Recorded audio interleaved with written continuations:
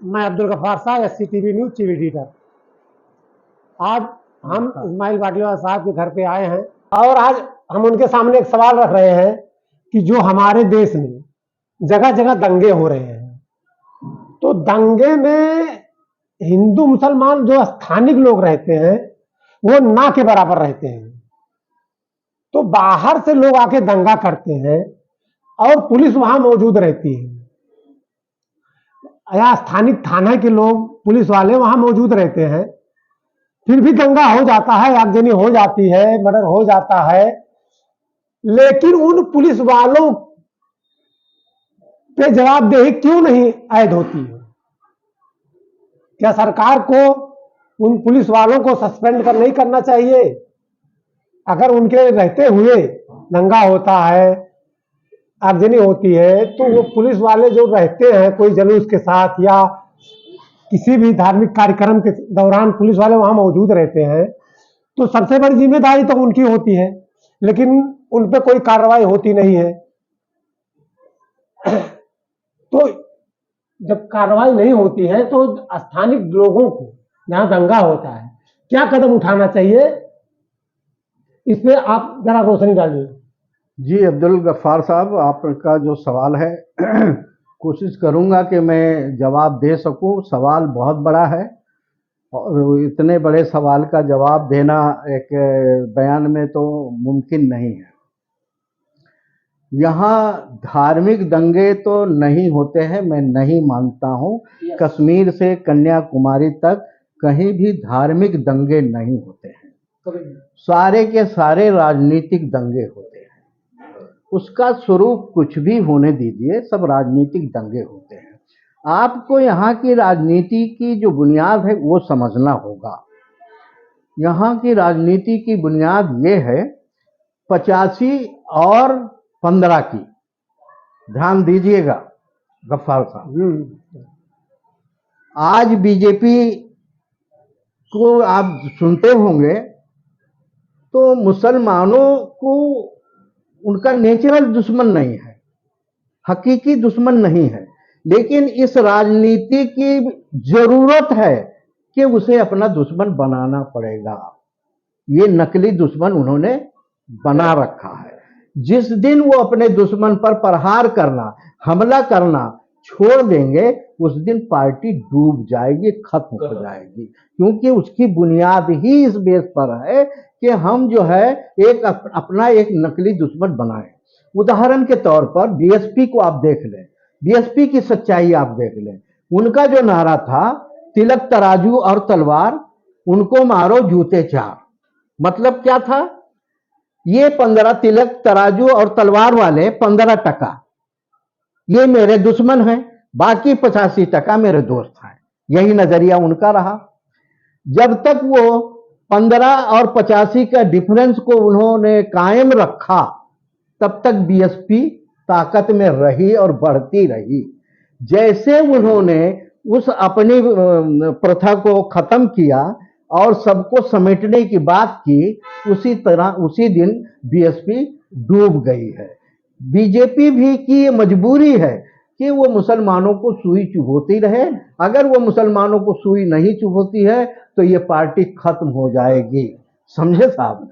ये इस राजनीति की बेसिक बुनियाद है, ये उसकी जरूरत है।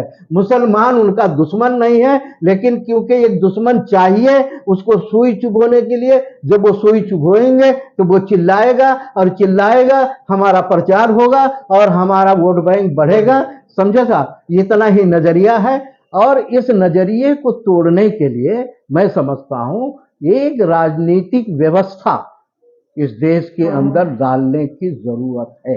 ये जो है ये विदेशी राजनीतिक व्यवस्था है, हमारी स्वदेशी राजनीतिक व्यवस्था नहीं है। अब मैं आप लोगों को बता देता हूं, मनोज जी और त्रिपाठी जी, मैं जब पढ़ा करता था कि हमारा देश हजारों साल तक गुलाम रहा है, मुझे बड़ा अजीब लगता था कि भाई 1 2 पीढ़ी 4 पीढ़ी तक ठीक बात समझ में आती है, हजारों साल कैसे गुलाम रहा। तो इसका रीजन हमने ढूंढा, हमने यही पाया, इस देश में जो भी बाहर से आया वो अपना पॉलिटिकल सिस्टम लेके आया और यहाँ हमारा स्वदेशी पॉलिटिकल सिस्टम नहीं था, इसलिए वो यहाँ पर कब्जा किया और यहाँ पर अपने मन माफक उसने अपने सरकार हुकूमत चलाई वगैरह वगैरह, जो कुछ आपने देखा।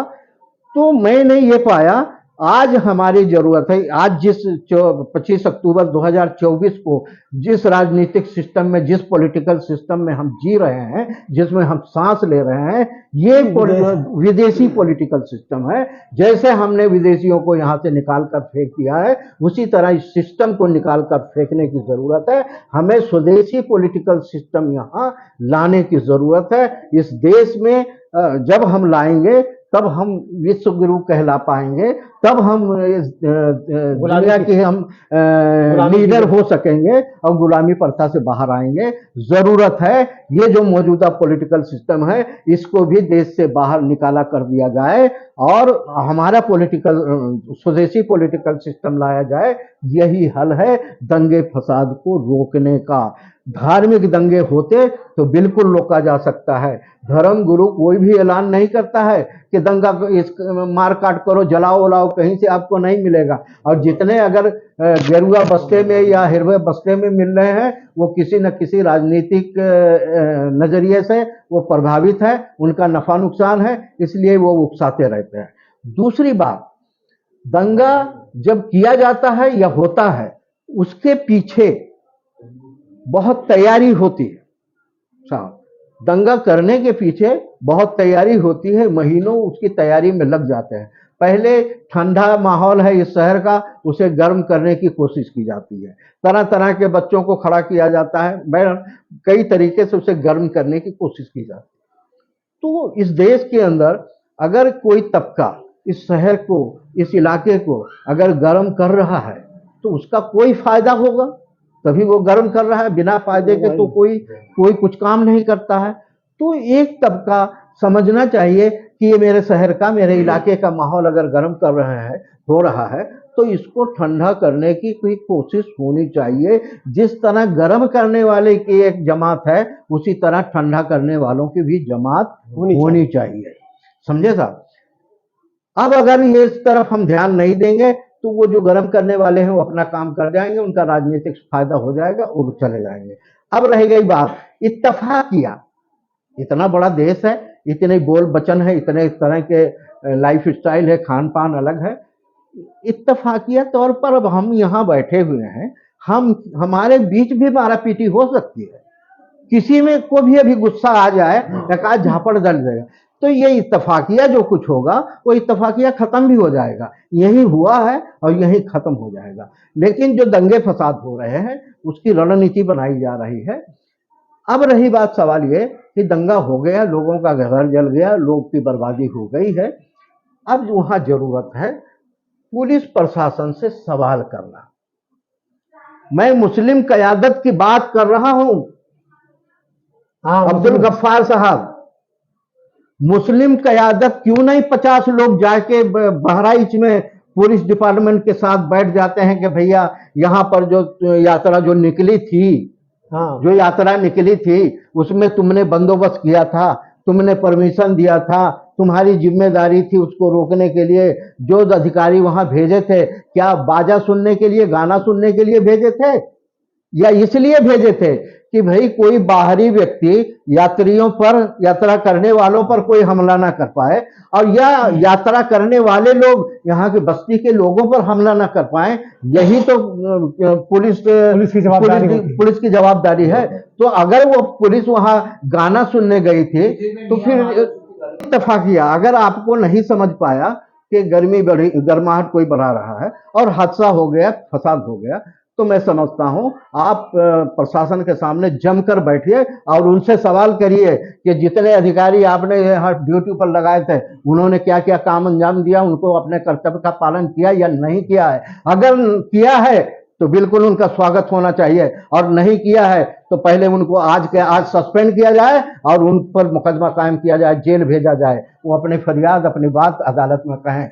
जब ये प्रथा शुरू हो जाएगी, पहले तो ठंडा करने की कोशिश करिए, और अगर अनजाने में हो गया तो फिर आप पुलिस प्रशासन को जवाब दे खड़ा करिए। और जितने लोग पत्थर चला रहे हैं, चाहे जो भी, आज तो वीडियो है ना, सबके हाथ में वीडियो है और हो रहा है, तो बड़ी आसान है लोगों को पकड़ पाना। तो कहने का मतलब यह है, जब तक पुलिस अफसरान के ऊपर आप दबाव नहीं बनाते हैं, उनको कानून के हवाले नहीं करते हैं, ये प्रथा नहीं रुक पाएगी। हाँ, अगर पुलिस प्रशासन नहीं भी सुन रहा है तो कोर्ट से, हाँ, पुलिस कोर्ट में प्रशासन जाना नहीं चाहिए। सुन रहा है, बाकायदे आज ये जाइए अदालत में कि पुलिस हमारे एफआईआर नहीं ले रही है, अदालत में जाइए, वही बहराइच के मामले में आपको सुनवाई हो जाएगी और पुलिस प्रशासन के ऊपर आदेश आ जाएगा, भैया एफआईआर करिए।